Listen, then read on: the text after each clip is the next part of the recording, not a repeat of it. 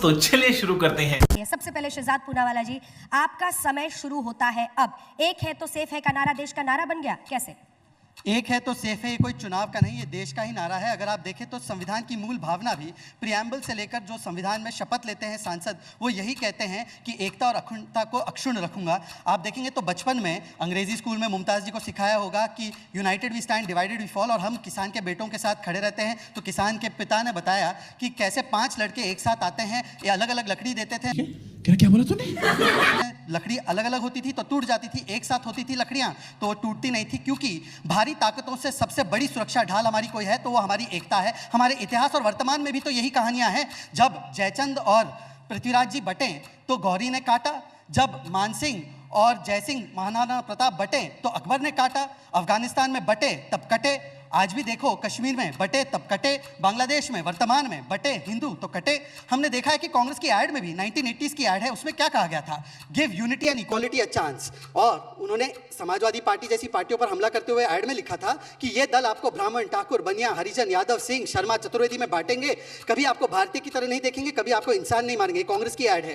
बेरोजगारी, महंगाई, भूख, क्या ये जाति देखती है?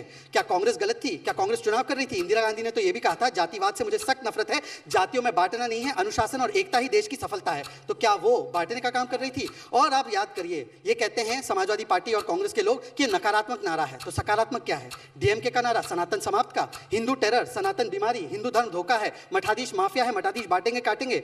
वोट जिहाद के लिए जो ये गए थे नोमानी के साथ समाजवादी पार्टी के नेता, वो सेक्युलर है। कमलनाथ कहते कि सारे मुसलमान एक हो जाओ, वो सेक्युलर है। गजवाए हिंद की बात करने वाले सलमानी से अबू आजमी मिले, वो सेक्युलर है। फुरफुरा शरीफ टीएमसी और कांग्रेस के लिए अपील कर बोले मुसलमान एक हो जाओ, ये सेक्युलर है। मुस्लिम आरक्षण की बात करना, ये सेक्युलर है। पर एक है तो सेफ है, ये नेगेटिव है। अब आशुतोष जी बोलेंगे कि एक है सेफ है, मुसलमान कहाँ है, विकास कहाँ है? अरे भाई, एक है सेफ है तभी मुसलमान सेफ है, वरना देख लीजिए पाकिस्तान में क्या शिया सेफ है, अहमदिया सेफ है, मस्जिद सेफ है? नहीं। Iran, Afghanistan, Iraq, Syria, Sudan, Libya, कहीं पर भी मुसलमान सेफ नहीं है। हिंदू एक है तो मुसलमान सेफ है, हिंदू एक है तो डेमोक्रेसी सेफ है, हिंदू एक है तो सेकुलरिज्म सेफ है। अन्यथा आप देख लीजिए मुमताज और शहजाद इराक और ईरान में सेफ नहीं होंगे। और इसीलिए मैं कहता हूं, देखिए आज अर्थव्यवस्था, जब हिंदू बटे हुए थे, जब हम एक नहीं थे तो 2.5% की इकोनॉमी बढ़ती थी। तब हमारा एफडीआई जो था वो सबसे कम स्तर पर था। जब हमारा फॉरेन एक्सचेंज रिजर्व $1 बिलियन से कम था, हमारी अर्थव्यवस्था 11वें स्थान पर थी। और आज जब हिंदू एक हो रहे हैं तो 11वें से 5वें स्थान पर आ चुके हैं। हमारी अर्थव्यवस्था सबसे तेजी से बढ़ने वाली है। इन्फ्लेशन जो है वो 5% से कम के स्तर पर है। आज देख रहे हैं कि 400 स्टार्टअप, 1 लाख स्टार्टअप हो चुके हैं। और इसीलिए मैं कहता हूं कि ये एक है सेफ है, संविधान में भी है, ये हमारी जुबान में भी है, मोदी जी के काम में भी है, मोहम्मद और राम में भी है, और गहराई से देखिए तो मेरे टी शर्ट का पैगाम में भी है।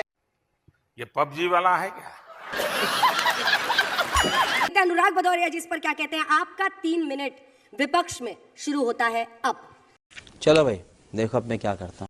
वैसे संविधान अगर जिंदा है, संविधान अगर यहाँ मजबूत है तो हम सब सेफ हैं। सवाल है कि आप एक सेफ है का जो नारा दे रहे हैं, क्यों दे रहे हैं? क्या आपको डर लग रहा है कि हिंदुस्तान के अंदर में सब बंटने वाले हैं? क्या हिंदू, मुस्लिम, सिख, ईसाई के अंदर में कोई विभाजन दिखाई पड़ रहा है? तो इसके मतलब ये सरकार निकम्मी है, जो सरकार संविधान को नहीं बचा पा रही है, संविधान की जो हमारा मूल है उसको नहीं बचा पा रही है। फिर आप एक है सेफ का नारा दे रहे हैं, क्यों भाई? क्या है इसका मतलब? एक है सेफ आप इसलिए बोल रहे हो क्योंकि आपके मन में कुछ ना कुछ चोर चल रहा है, कुछ, अरे बाप रे, ये तो धोती खोल रहा है, कुछ ना कुछ पाप है। कहीं ना कहीं आप नकारात्मक राजनीति कर रहे हैं। तभी आपको संविधान जब हमारे सामने है, उसके सामने आप खड़े होकर बोल रहे हो एक है तो सेफ है। किसको सेफ करना चाहते हैं? क्या चाहते हैं? आप किस हिंदुस्तान के अंदर में बंटवारा, किस आपके धर्म के नाम पे बांटना चाहते हैं, या आपकी राजनीति कमजोर पड़ रही है, आपके विचार कमजोर पड़ रहे हैं, आपका विकास की राजनीति इतनी कमजोर, इतनी क्षीण हो चुकी है कि आपको अब धर्म की राजनीति करनी पड़ रही है, धर्म के नाम पे लोगों को जोड़ना पड़ रहा है, धर्म के नाम पे आपको राजनीति करनी पड़ रही है। ये हिंदुस्तान अनेकता में एकता वाला देश है। क्या आप अनेकता खत्म कर देना चाहते हैं? सिर्फ एकता रहेगी। किसकी एकता?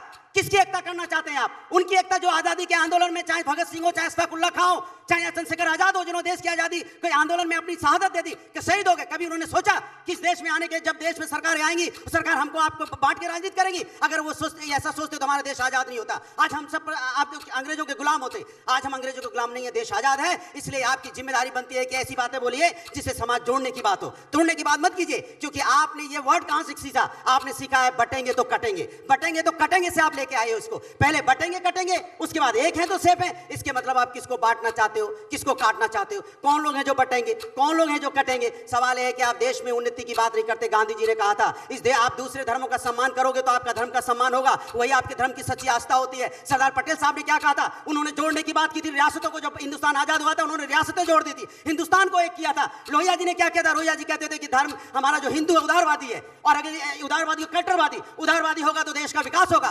कट्टरवादी होगा तो देश का विकास नहीं होगा, देश का विनाश होगा, देश हार की कगार पे जाएगा। इसलिए हमें उदारवादी होना है, क्योंकि यहाँ सनातन धर्म का बोलबाला होता था और सनातन धर्म को मानने वाले लोग हमेशा दूसरे धर्म को भी अपनाते। इसलिए हम कहते हैं उनसे कह दो कि रंजो गम पैदा ना करें, फूलों पर चलें मगर फूलों को रौदा ना करें, झूठ बोलें मगर झूठ का सौदा ना करें। ये सौदा करने वाले लोग हैं, झूठ पे जीने वाले लोग हैं, झूठ हमारे सामने परोसना चाहते हैं, हिंदुस्तान के सामने झूठ बोलना चाहते हैं। महज सत्ता पाने के लिए हमारे आपकी जो बीच में एक भावना है, सद्भाव है, जो प्यार है, मोहब्बत है, जो भाईचारा है, जो हमारा एक गुलदस्ता है एकता में एकता वाला, उसको खत्म कर देना चाहते हैं। सत्ता तो आएंगी चली जाएंगी, सत्ता आज किसी की कल किसी की होगी, हम होंगे कि नहीं होंगे, हिंदुस्तान तो होगा। वही हिंदुस्तान होगा जिस हिंदुस्तान के अंदर में सभी धर्म के लोग, सभी जात के लोग, सभी भावनाओं के साथ एक साथ मिलकर हिंदुस्तान को जिंदा रखेंगे। हिंदुस्तान को जिंदा रहना जरूरी है। आप राजनीति के चक्कर में हिंदुस्तान को पीछे मत कीजिए।